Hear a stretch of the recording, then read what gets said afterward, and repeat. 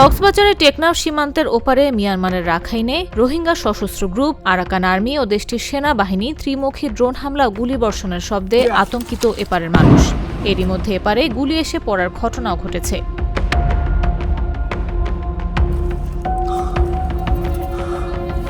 শনিবার সন্ধ্যা থেকে রোববার সকাল পর্যন্ত টেকনাফের হোয়াইকং সীমান্তের খুব কাছে রাখাইনে এ সংঘর্ষ হচ্ছে। এখনো বোমা বিস্ফোরণ এবং শত শত গোলাগুলির ফায়ার চলমান। খুব থমথমে অবস্থা বিরাজ করছে।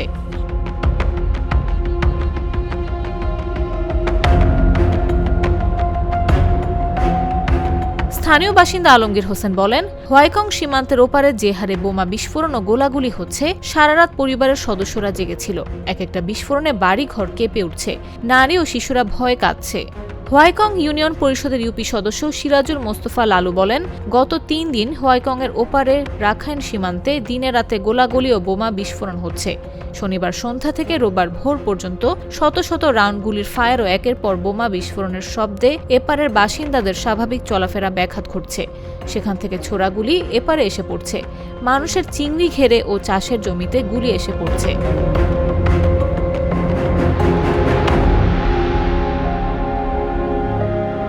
টেকনাফ উপজেলা নির্বাহী কর্মকর্তা মোহাম্মদ ইনামুল হাফিজ নাদিম বলেন, সীমান্তের ওপারে গোলাগুলির ঘটনার বিষয়ে উপজেলা প্রশাসনের পক্ষ থেকে নিয়মিতভাবে বিজিবির সঙ্গে যোগাযোগ রাখা হচ্ছে। পাশাপাশি ইউনিয়ন পরিষদের মাধ্যমে সীমান্তবর্তী এলাকার বাসিন্দাদের নিরাপদ দূরত্ব বজায় রেখে সতর্কতার সঙ্গে অবস্থান করতে বলা হয়েছে।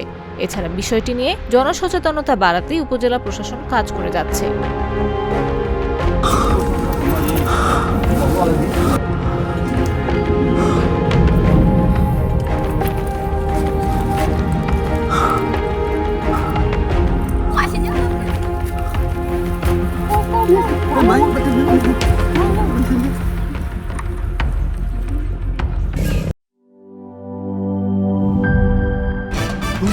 ভয় পাস না, এটা কসমিক ডোর। শব্দের আরেক নাম কসমিক ডোর। এর ওয়াল থিকনেস ও রিপ থিকনেস বেশি থাকায় এটাকে 50 বছরেরও বেশি। কসমিক ডোর, নিশ্চিন্তে 50 বছর।